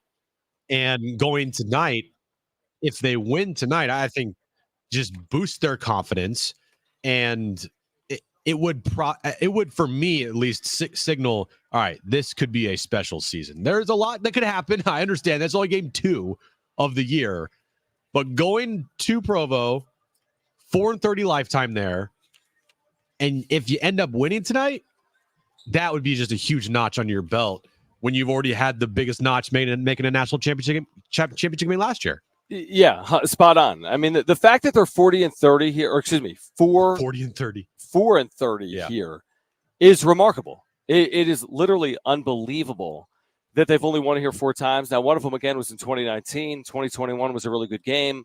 But that's crazy. When you think about the last 25 years, you might say, well, they haven't played a lot the last 25 years. No, they have. I mean, they were in the Mountain West for half that time, and now they've played a 6-game series over the last 6 years, 3 of the games in Provo. So they have played a lot in the last 20 years. And just BYU at elevation at home, and a credit to BYU. They've had good teams. I mean, I think San Diego State's probably had better teams over the last 25 years. BYU hasn't made that run. I don't know the deepest run BYU has made in school history. It's certainly to a Final Four. I don't know. But they're good at home. You know, just like San Diego State's darn good at home. Now, I would say this. The difference is San Diego State hangs their hat on winning on the road. Like they're one of the best road teams in the nation under Steve Fisher and Brian Dutcher over the last couple of decades. BYU is nowhere near the same road team, but they're a great home team. So it's a stiff test. It really is. It's an opportunity. We'll see if the Aztecs can take advantage of it here tonight at 6 p.m. So your nervous level is at like a 35 right now, right? Higher than that. Okay. Higher than that. Yeah, it's at least at like a 69. Higher than that. Higher than that? Okay. It's like 103. Okay. Thanks for getting my bit. Anyway, I don't get it. I know you don't. But when you're We're in Provo, keep it clean. Okay, that's right. Did you see that thing on Twitter circulating? Some kid on Utah on BYU, like was I forget, maybe it's a couple years ago, and he and the crowd was yelling at him, and he turned around, and he goes, "Shut the F up," and it was like, kid from BYU. He's not allowed to say that. Well, he can't say the F word. Right. But he said F, like he said, no, he literally said F up. He said, shut the F up. He didn't say the F word. Got you. Yeah. So guess you had to be there for it. It did have to be there for it. It's funny. So you're nervous. You're a wreck. But when you're calling a game, does it help? Like, does it take you out of that being nervous because you have to focus and call the game? That's a great question. Yes and no. I think for a lot of it, the answer is probably yes. For some of it, the answer is probably no. Like once it gets late in the game and there's 4 minutes to play and it's a 1-point game, I'm nervous. Like you're twiddling your thumbs under the desk, like, oh my god. Yeah, I mean, I don't know how to describe it, but yeah, you just get vested. You just get into it. So, you know, like for Ted to call the Final Four last year, that game, you know, FAU where Lamont hits that shot, and to be. I mean, there's a lot of nerves going on there. I'm sure Ted had them too. You know, like that's a big moment. Yeah, but the thing is, the Final Four last year, you know, you were sitting next to Ted. You weren't calling the game, so you could literally just watch as a fan. Yes, and I was super nervous. When Ted's calling it, I'm sure he's nervous as well. But you got to lock yourself in, and it's like, okay, I got to call this game right now. I can't just sit back and watch as a fan. Correct. Yeah, 100%. So yeah, no, I mean. This could be one of those games. I mean, I think you're kind of hoping, I think, if you're San Diego State, to be in a position to win with just a couple of minutes to play. That's how I look at this. Like, you want to be in a position where you can win this game with a couple of minutes to play. Because, again, I mean, BYU at home, if put pressure on. Put them in a spot where they need to make plays the final 3 or 4 minutes to win the game, and hopefully San Diego State can, again, be in a one-possession game with a couple minutes left and make plays, because that's what they did last year. They made plays down the stretch, and hopefully they can do that tonight. What's your biggest key? I'm stealing it for the pregame show. You know, I would say that BYU, they shot 43 threes in their opener.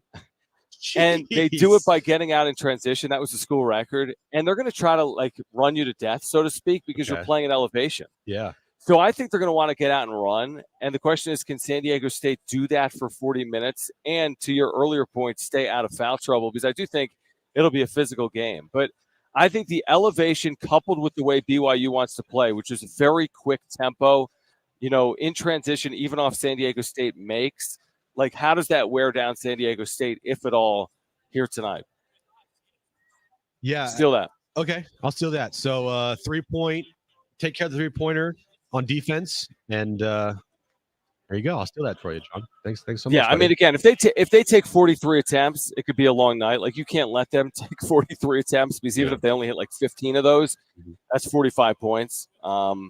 So it's typically harder against San Diego State than whatever they had on Monday night against Houston Christian. So, you know, they're not going to attempt 43 threes. They're not going to score 110 points. No. But the question remains, can San Diego State, you know, keep them out of transition and avoid wearing down at elevation in just their second game of the year? And especially at elevation, how hard Jaden Ledee plays and how hard he played on Monday night. I'm thinking to myself, dude, how is this guy still being able to run up and down the court? Like, he looks like he should be dead out there.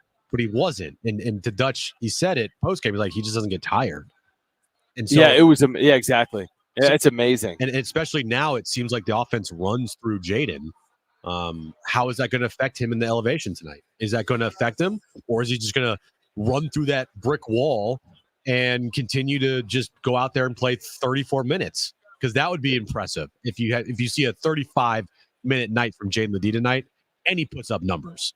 I agree with you. I agree. It's easier said than done. I mean, he's kind of a one of one. Maybe he can do it at elevation here at Provo, but you're right. 35 minutes might be too many. Maybe you're looking at more like 30 from your starters here tonight, but it's a great point. You don't know how elevation impacts you.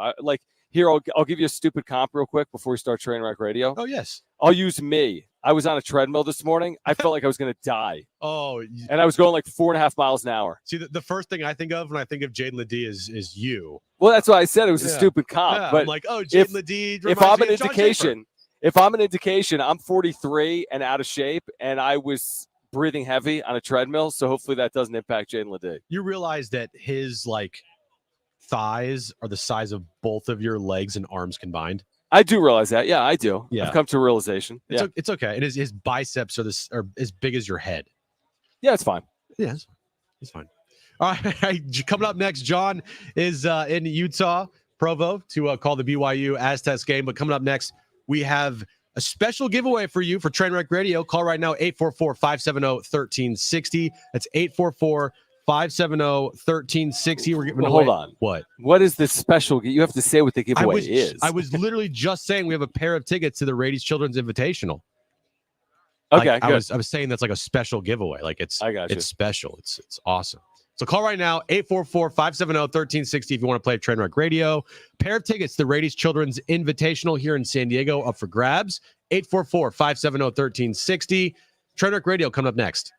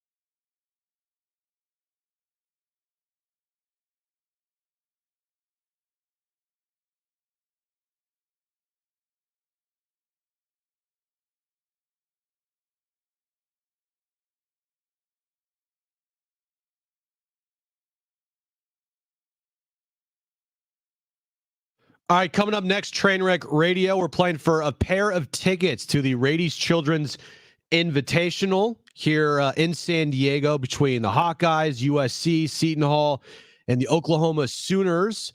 That is on Thanksgiving Day. So if you want those tickets, call right now to play for Trainwreck Radio, 844-570-1360, 844-570-1360. Trainwreck Radio coming up next.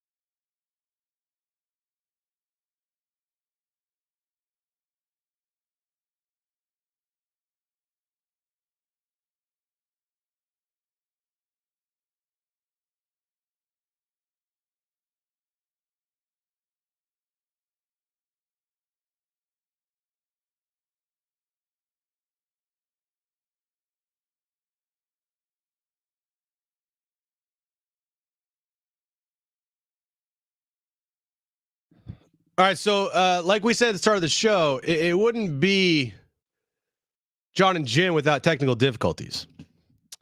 We've lost Jon. We've lost Jon. We didn't lose him. He abandoned us to go get a headset, he said. Abandoned us or lost us? Abandoned us. Okay. Because he just came on and talked to me. Said, I have to go get a headset. Again. Take this on your own, he said. We knew this was going to happen. Like, we knew this was going to happen. Jon's probably now freaking the F out. This is his last segment anyway, so. Yeah, he was freaking out. I'm sure that he can just go. It's fine. You know, pregame starts at 5:30. All right. He needs to get ready for the game anyway. Probably very hard to hear him there. I'm sure internet sucks. So no more Jon on the stream if you're watching on YouTube. Just me. You're welcome. But, you know, Brent, we completely buried the lead today. The NBA Cup. The NBA in-season tournament is back. I mean, man, I don't know about you, but I really missed it. I was thinking to myself, man, when is the NBA in-season tournament returning? And today's the day. Yeah, the ugly courts give it away. I almost forgot about it until I looked up at the TV up here and I saw the court. And my first initial thought was, oh, the Bucks are playing. Nope, Celtics. I know. And I'm like, the other green team. God. If you're like I know we probably don't have many diehard Boston Celtic fans in our audience at all. J-Riff. Well, yeah, J-Riff. But I mean like diehard through like the 80s, like the Larry Bird era, right? You see this court at the Garden and you see their jerseys that they're wearing, you're like, oh God, this is the worst. Just for like, this it's disgusting. And the fact that there has been no buzz about this besides the first day, like no buzz whatsoever. The first day, it was being hyped up like crazy by ESPN. NBA in-season tournament, countdown, blah, blah. It was like the number one thing that they talked about on ESPN that day. Today is the second day of in-season tournament action. They had to wait a freaking week to do it, week and a half. And nobody's talking about it. Because I don't think it's drumming up as much interest as they thought. I think they thought everyone was going to be like, oh, this is so great. What a great reason to tune in before Christmas Day. And, those people that don't tune in before Christmas Day, they're like, yeah, I'm not tuning in for this either. I'll see you on Christmas. Yeah, it's a colossal failure in my mind of you try something, hope it works, but it just I don't see it ever working. I'll be that cynical person. I don't care. I don't view this as making the game better at all. If they're going to do it, they have to find a way to do it so that it doesn't take a month and a half. You can't have a Friday night be an in-season tournament action and then wait a week and a half. Yeah, because everyone forgets about it. You can't do it. They have to find a way to just streamline it and get it to go just quicker so we don't have these big gaps, because then everyone's going to forget about it. Yeah, or you have to have like a college football or college basketball like tournament type of feel, like for like the the Rady's Children's Invitational, right? That's you got 4 teams, they play there. Like last year, Hawaii, okay, they have other tournaments like the Las Vegas. They'll do tournaments there. You can't have it be one day and then wait a week and then play it again. It just doesn't make any sense. Well, and then especially in basketball. Well, then the next day they play is like Tuesday now, because then it's Friday too. It's right. Just, they're all over the place, so it's hard to tell what day is a cup day. Pretty much the only way you can tell is, hey, ugly court. Yep, must be a cup game. And did you hear the story of I believe it was the Mavericks?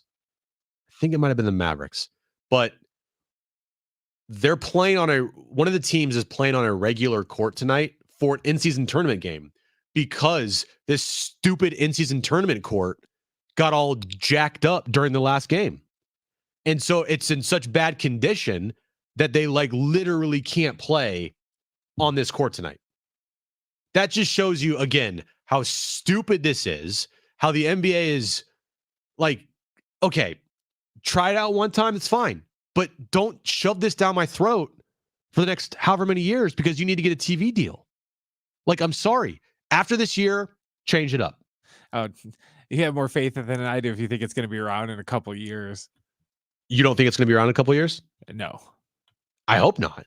I think that they'll try it one more year, and if it doesn't generate more fan interest, the whole thing that Adam Silver was trying to, it's more for the players of Wemby's generation, where they're going to be like, oh, this is a great thing. Yeah, no, they're not, and nobody cares. If it doesn't draw in additional ratings, if this Celtics Nets game right now doesn't draw in any more ratings than just a normal Celtics Nets game that would have been on a Wednesday with a normal court, then they're going to be like, well, what are we doing this for? We wasted all that money advertising it and nobody's still watching it. So back to the drawing board. Exactly. It's the dumbest thing ever.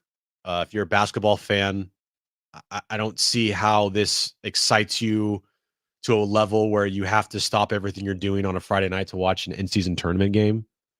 Because that's what they're trying to accomplish here. They're trying to make it so you, as the basketball fan, the average fan, and the casual fan, just stop everything they're doing on a Friday night to watch an in-season tournament game between the Boston Celtics and the Brooklyn Nets. Look, maybe it's going to change once they actually get all the teams to Vegas for the quarters or the semis and stuff like that, because then there's going to be less of a pause between the games. Right. So I'll reserve judgment a little bit for when the teams actually show up in Vegas and see if that has more of an actual tournament feel. But right now, it doesn't feel like a tournament feel. There's no difference now. I said the same thing last week. The Bucks were playing. There's no difference now between this Bucks game and the previous Bucks game on a Friday. It's just they're just playing a game on a Friday. Yeah, and I agree with that. I think that once we get to Vegas, hopefully we get to Vegas with like good teams. Like if it's like the Nuggets and the Celtics and the Bucks and like the Suns or the Warriors, right? If we get to Vegas, we have those teams in it. I think it could be very good because it's a neutral court. You're playing essentially without wasting a week, right? I think that I don't know the exact schedule, but you're playing, I think maybe like a weekend, like maybe a Friday night and then like a Sunday night's like the championship game. I could be wrong. I probably am. But that could be cool. But all this other stuff, it's stupid. Stupid. It's ridiculous. Stupid. Get rid of it. All right. Call right now, 844-570-1360. 844-570-1360. Caller number 4 will win a pair of tickets to the Rady's Children's Invitational. The Rady's Children's Invitational men's college basketball tournament here in San Diego. It's the first ever invitational that happens on Thanksgiving Day at the Lion Tree Arena on the UC San Diego campus with the Hawkeyes, the USC Trojans, Seton Hall, and the Oklahoma Sooners. Call right now, 844-570-1360. What did I say? Caller number 4? Caller number 4 wins a pair of tickets to the Rady's Children's Invitational. Coming up next, Juan Soto, Buster Olney says that he is 100% being traded next offseason or this offseason. I don't know if I would go that high. We'll talk about it coming up next.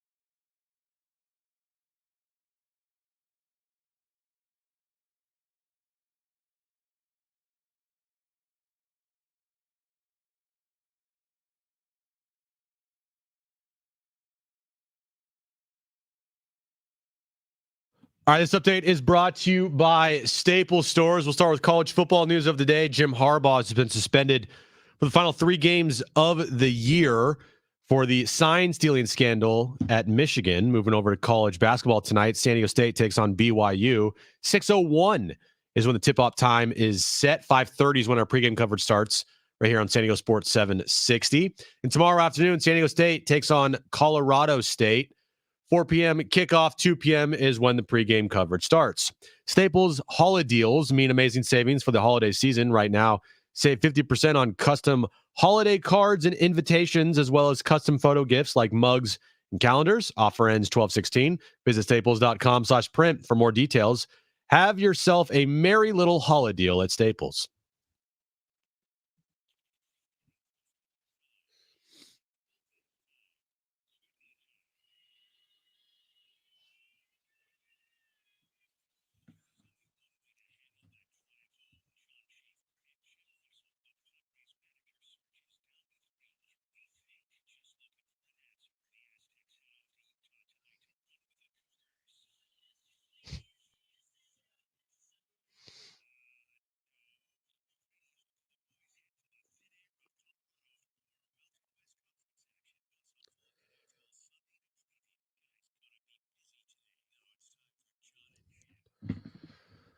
All right, final hour, Jon and Jim taking you up to Aztec pregame at 5:30. Well, me and Fletch will take you up to tip-off at 6 o'clock in Provo between Aztecs and BYU. Jon will be on the call there. We lost Jon to technical difficulties, shocker, but everything's okay, I hope.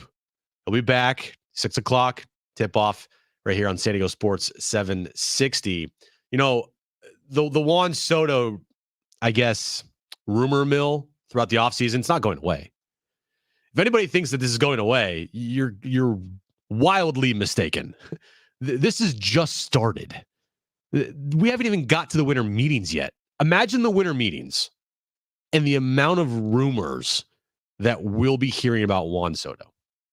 If you think it's bad now, just wait.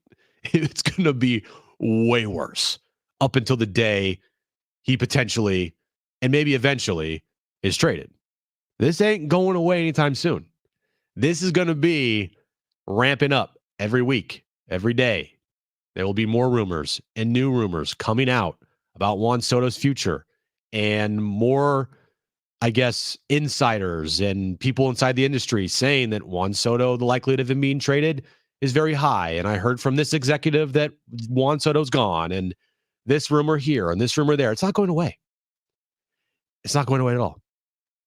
And one thing that I'm seeing on social media that I just, come on, guys, really?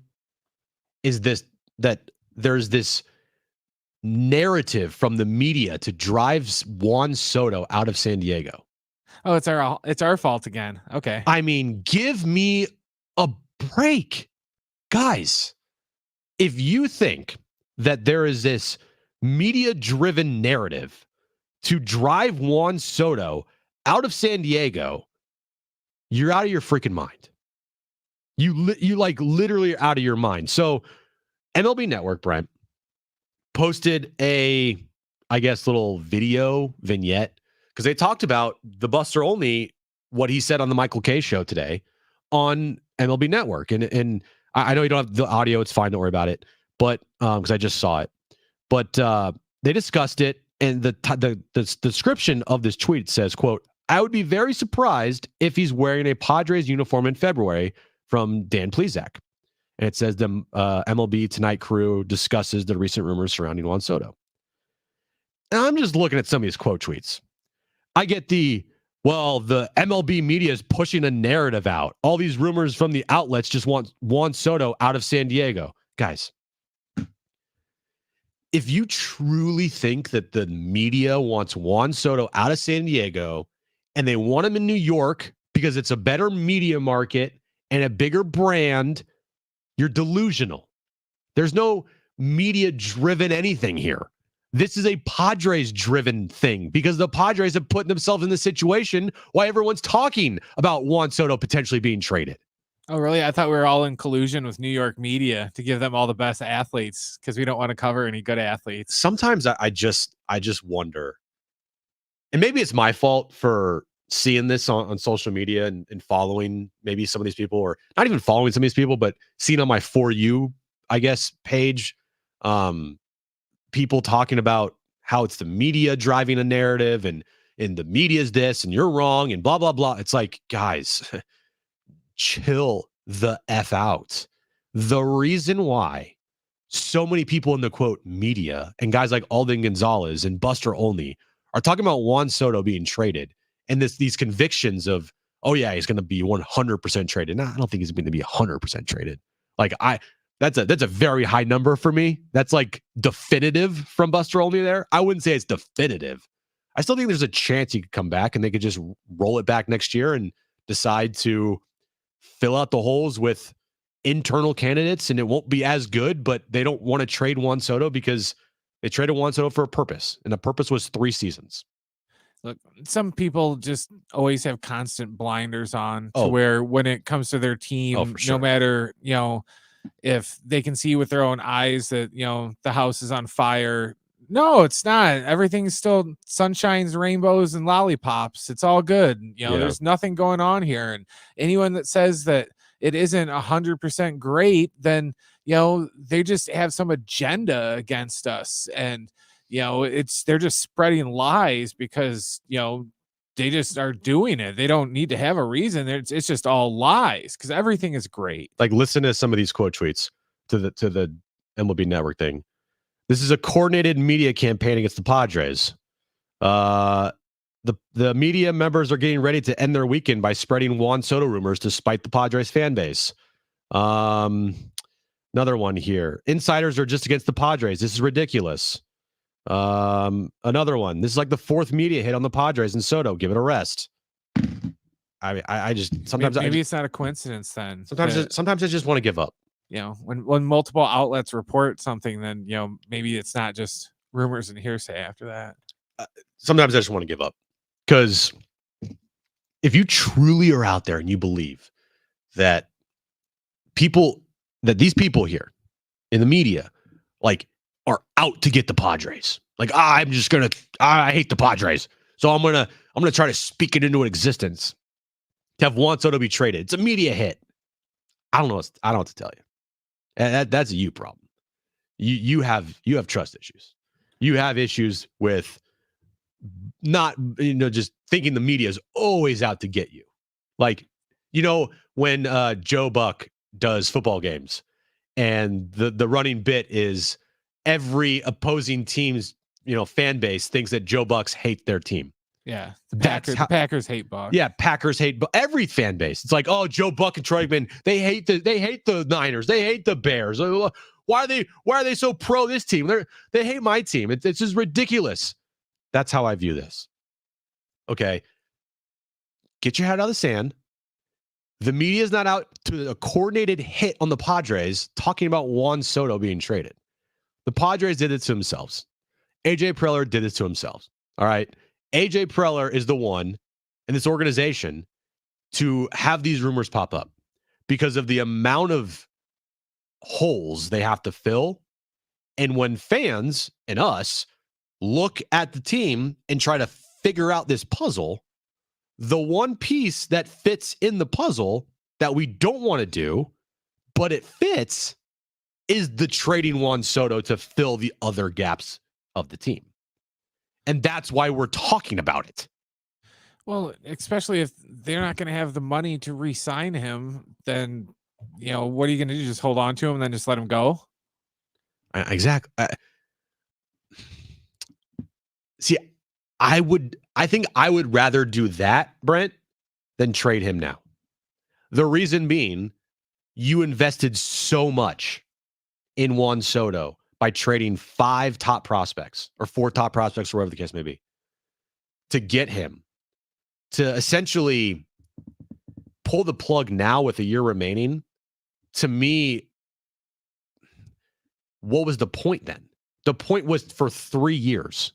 If it's 3 years and I went into this whole thing, and I think Padres fans went into it thinking too, well, rational Padres fans. All right, we got 3 years with this guy. Let's go all out for 3 years. And hope we re-sign him. But if we don't, hopefully in the 3 years we win a World Series. And if that happens, then we can live with it. And if it doesn't, and they still made the postseason and they gave themselves a shot and they went in, I can at least live with it, knowing that they went all out. They tried, they swung, they missed, but at least it was for 3 seasons and they didn't pull the plug early. If they would trade him now, they would at least be able to recoup some of the losses that they had when they traded for him. My whole thing is, say they don't and they don't get him re-signed. If they don't win a World Series, then it was a failure. And you let him go for nothing. You traded away all those prospects and you got nothing back in return. If you end up getting a World Series out of it in that last year and then he walks, that's one thing, because you at least you got what you invested in. Aren't you damned if you do, damned if you don't? It's to a certain degree, yes. Because if you do, you're essentially not punting on next year, but you're not saying to the fan base, we're actively trying to win. Well, it depends. Are you saying that you don't think there's no way they could win without Juan Soto? Where he's like the absolute, be all, to where without him, there's no way they can win? No. I think they can win. I just don't know if trading away the best hitter on your team and one of the best hitters in baseball would relay that to the fans and everybody in that clubhouse as to, hey, we're trying to win, but we just got rid of, our best hitter. And by the way, we didn't re-sign the Cy Young Award winner. And by the way, we let the best closer in the game, albeit I'm okay with it, go. And also, by the way, we gave the manager who you guys made the NLCS with to your rival. I mean, where's the signal of, oh, by the way, we're trying to win? Well, it's that, or we signed Soto and it's like, oh yeah, we only have 2 pitchers in our starting rotation. Whose fault is that? We need a center fielder. Well, it's AJ's fault, but not keeping Soto isn't going to fix that. We don't have a center fielder and we need a first baseman. We need a better hitting catcher. Let me ask you this. That's a lot of things that we could pick up if we got rid of him. All right, fill lots of holes. So say they trade Soto. Okay. Trade Soto for a couple prospects who we probably won't see for a couple years. And they use that 34 potential million, if that's what being reported is correct, that he's going to get for arbitration. They use that money that would have equaled to around $200 million. They use that to get a couple pitchers and a couple depth pieces and maybe a first baseman. They do all that. And it still doesn't work out. And the players that were picked up on that money turn out to be busts. Then what? You traded away Soto for what? At least you got something out of it. What did you get? Well, you got players. They didn't pan out, but what are you going to get if you don't re-sign them? You're going to get nothing. Juan Soto.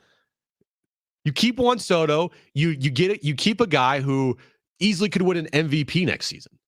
If you traded him away and you picked up a bunch of pieces to fill these holes, and those pieces turn out to be busts, then you traded away Juan Soto for literally what?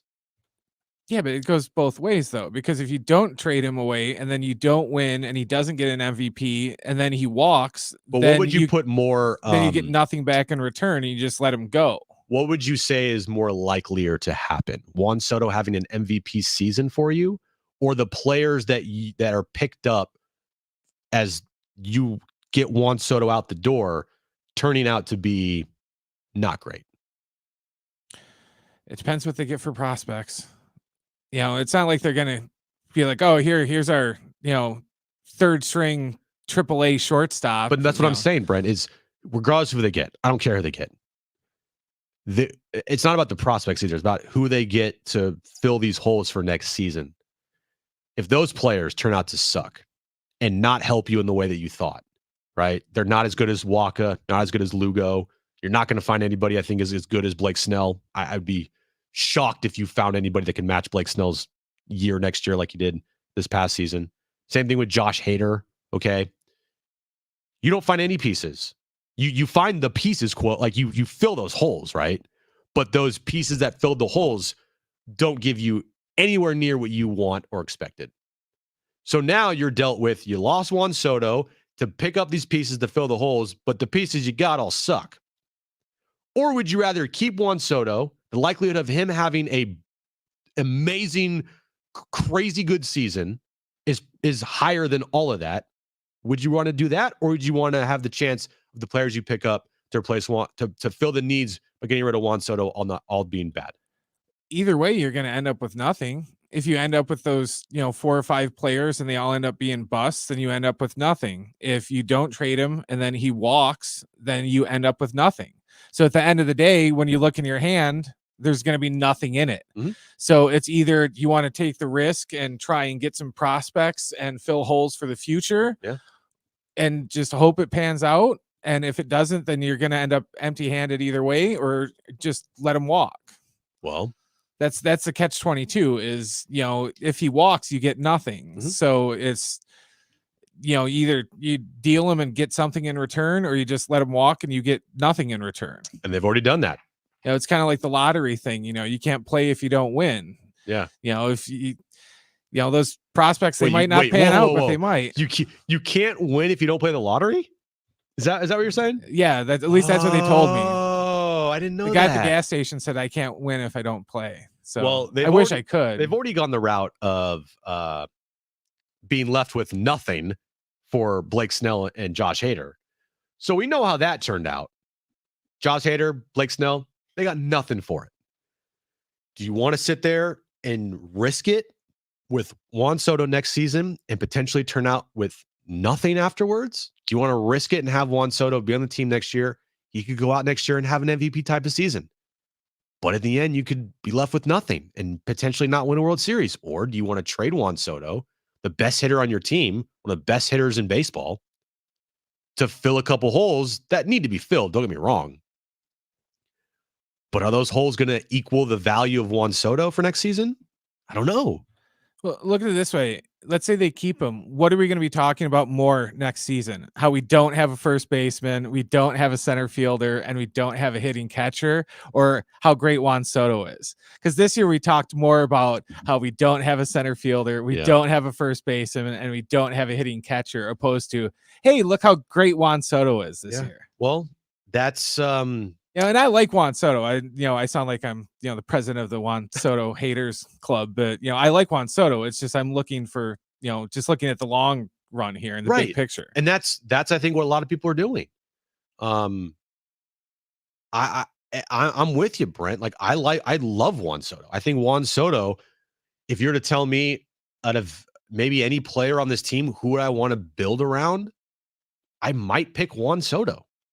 Like as the team is right now, it might be a toss-up between Tatis and Soto for me. And in hindsight, if you were to go back in time and maybe say, Preller, what would you do a little differently here? What would you do a lot differently here?